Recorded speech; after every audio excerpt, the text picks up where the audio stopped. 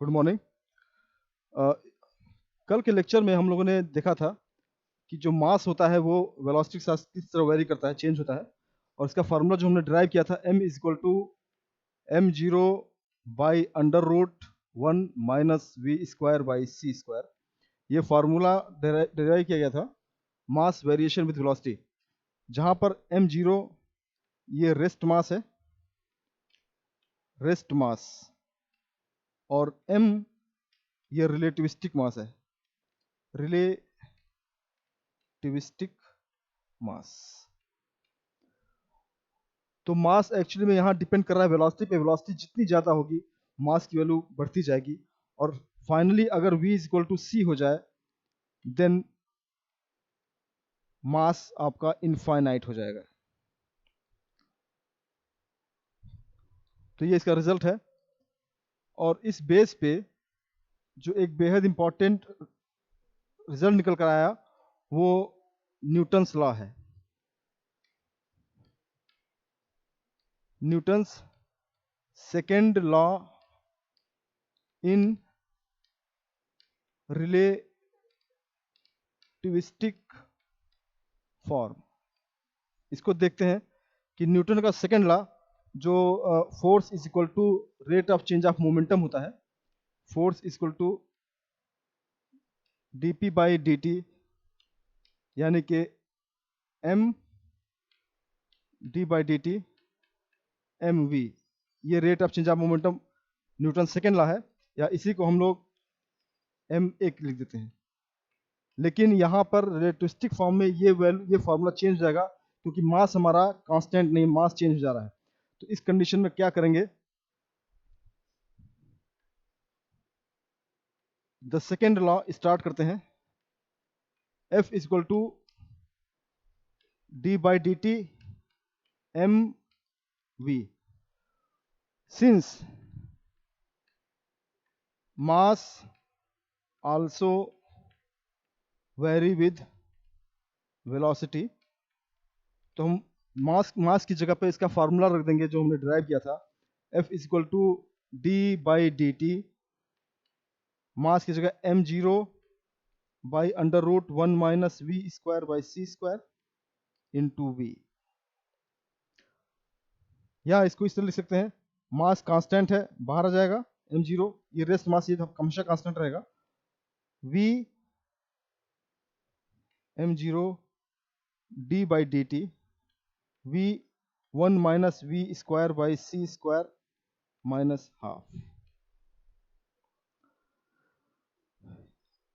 इसमें दो टर्म है, फर्स्ट टर्म सेकेंड टर्म, तो ये differentiation of multiplication of two terms होगा, m0, और इसको डिफरेंशिएट करें, दो फंक्शन का मल्टीप्लीकेशन है ये। First term differential of first term into second term 1 minus V square by C square minus half, plus first term and differential of second term D by D T 1 minus V square by C square minus half. Force हो गया। इसको simple करते हैं,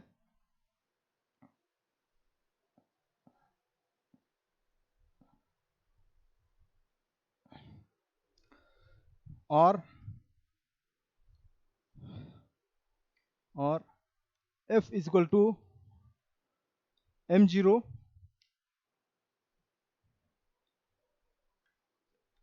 dv by D T 1 minus V square by C square minus half. इसको solve करते हैं, differential करते हैं इसको, plus v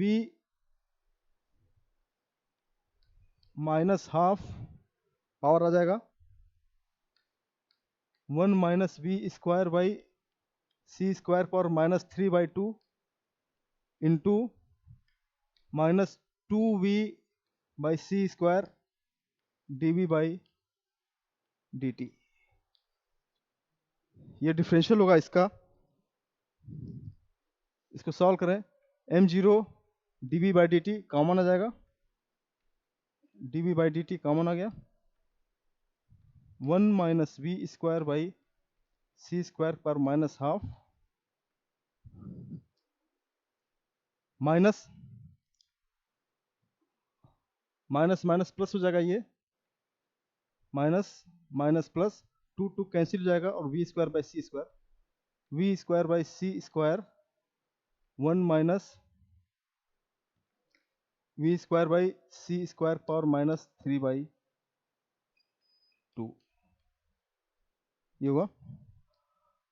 now m0 1 minus V square by C square की पावर 3/2 कॉमन ले रहे हैं हम, माइनस 3/2 कॉमन ले लिया, dv बाई dt, ये टर्म पूरा कॉमन ले लिया, तो यहाँ बचेगा 1 minus V square by C square plus ये टर्म बचेगा V square by C square, ये कैंसिल आउट हो जाएगा और जो टर्म बचेगा वो m0 1 minus V square by C square power minus 3/2 dv by dt।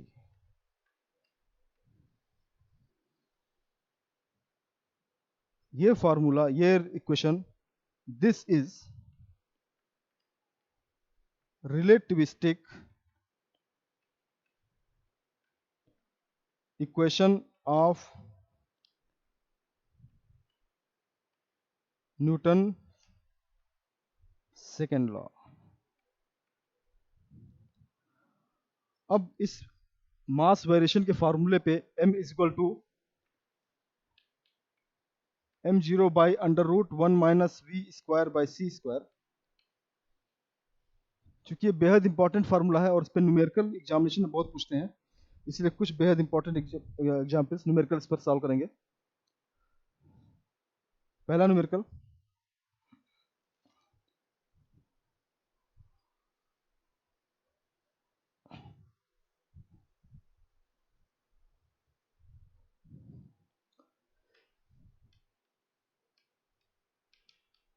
Numericals on mass variation formula.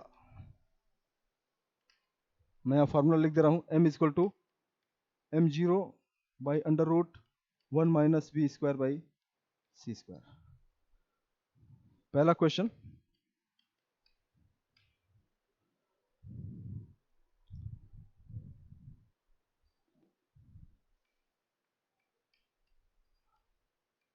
at what speed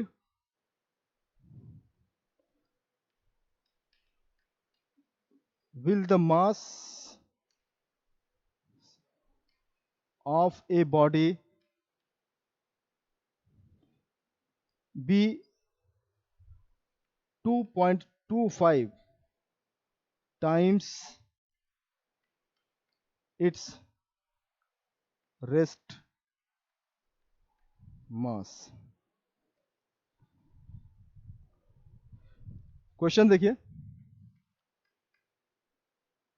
माना कि rest mass, suppose rest mass is m0, m0 rest mass है और इसका मास जो बढ़ जा रहा है वो 2.25 हो जा रहा है, देन रिलेटिविस्टिक जो m है जो बढ़ गया वो है 2.25 टाइम्स m0, इसका 2.25 बढ़ जा रहा है, तो उस कंडीशन में इस पार्टिकल की वेलोसिटी या स्पीड कितनी होगी। नाउ इस फॉर्मूले से m is equal to m0 by under root 1 minus V square by C square, और इसको सॉल्व करें, v equal to under root 1 minus m0 square by m whole square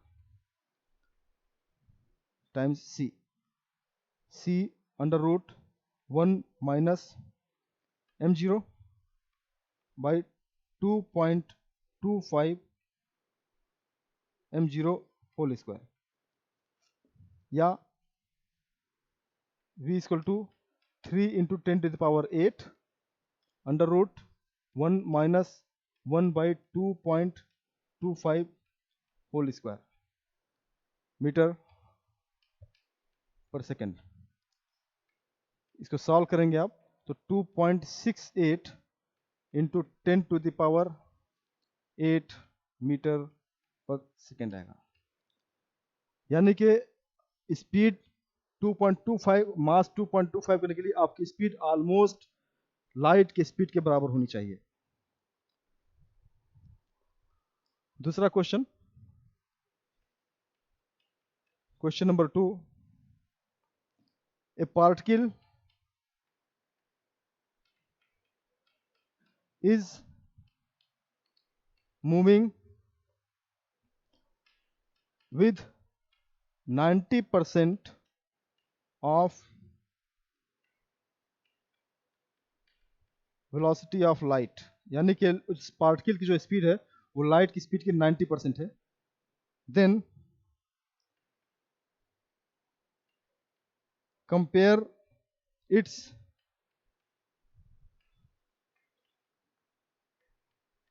relativistic mass with its rest mass। इसको सॉल्व करने के लिए दिया हुआ है given v is equal to 90% of c, यानी कि v is equal to 0.9 c ये दिया हुआ है। तो इस फार्मूले के हिसाब से m is equal to m0 by under root 1 minus V square by C square.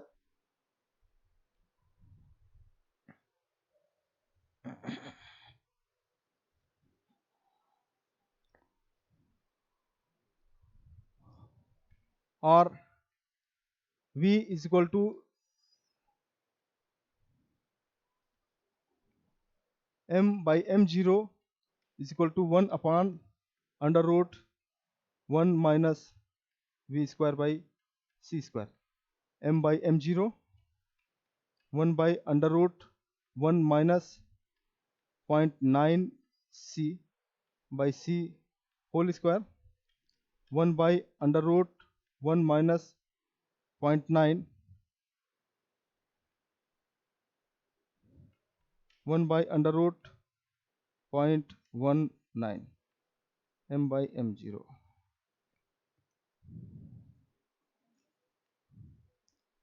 या इसको इस तरह कर सकते हैं, या m is equal to almost 2.24 times.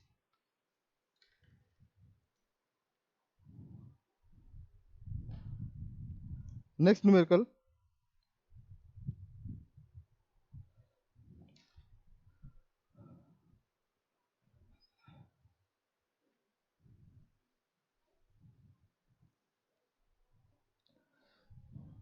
Question number 3, what is the length of a metre stick. Metre stick एक छड़ी है जिसका लंबाई 1 मीटर है। Metre stick moving parallel to its length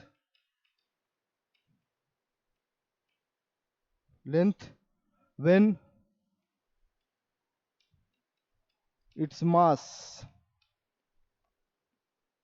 is 3/2 times its rest mass. Question ये दिया हुआ है कि अगर एक रॉड है 1 मीटर की, एक रॉड है 1 मीटर की, और इसका मास जो है 1 मीटर की रॉड है और इसका मास m0 है, और ये मूव कर रहा है काफ़ी तेज़ी से, और इसका मास इंक्रीज करके 3/2 टाइम्स m0 हो जा रहा है, तो इसकी लेंथ कितनी रिड्यूस हो जाएगी, ये क्वेश्चन दिया हुआ है। तो इसको सॉल्व करने के लिए given m is equal to 3/2 times m0. Now फार्मूले से m0 by under root 1 minus V square by C square और under root 1 minus V square by C square is equal to m0 by m, यानी m0 by 3/2 m0 और 2/3, equation number 1। और length contraction formula हम लगाएं अगर applying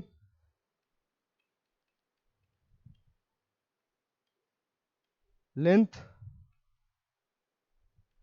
contraction formula जो कि L is equal to L0 under root 1 minus V square by C square होता है, तो उस कंडीशन में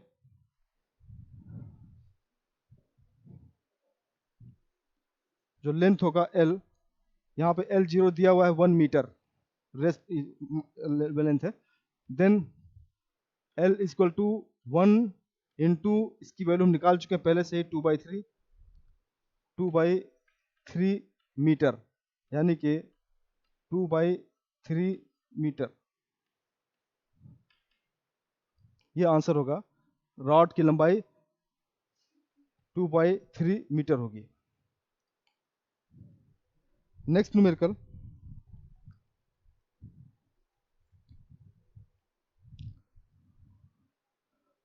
अगला क्वेश्चन इसी फॉर्मूले पे,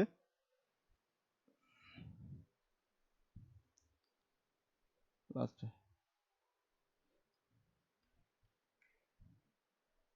क्वेश्चन नंबर 4, ये इसका लास्ट न्यूमेरिकल होगा। How fast must an electron move in order that its mass equal to mass of proton।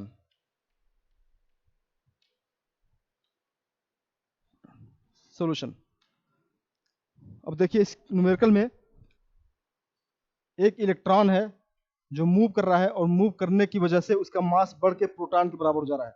तो मास ऑफ इलेक्ट्रॉन पहले देखते हैं कितना होता है। मास ऑफ इलेक्ट्रॉन, चूंकि ये रेस्ट मास है, इलेक्ट्रॉन m0 होगा 9.1 इंटू 10⁻³ किलोग्राम, ये इलेक्ट्रॉन का मास होता है। और ये जब इलेक्ट्रॉन मूव कर रहा है तेजी से तो इसका मास बढ़ के प्रोटॉन के बराबर हो जा रहा है। देन मास ऑफ प्रोटॉन,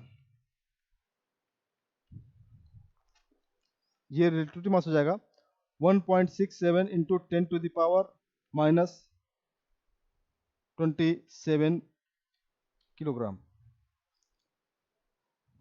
ये मास होगा प्रोटॉन का। अब यहाँ हमको वेलोसिटी निकालना, किस वेलोसिटी से मूव कर रहा है, किसका मास इंक्रीज करके हो जा रहा है। Now m is equal to m0 by under root 1 minus V square by C square, then v is equal to c under root 1 minus m0 by m whole square.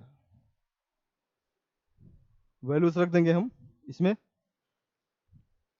v is equal to 3 into 10⁸ under root 1 minus electron का मास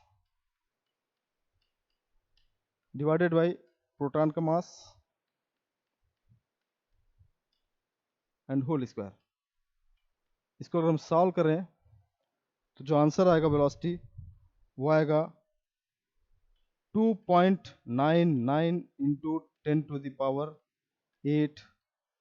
metre per second. Thanks.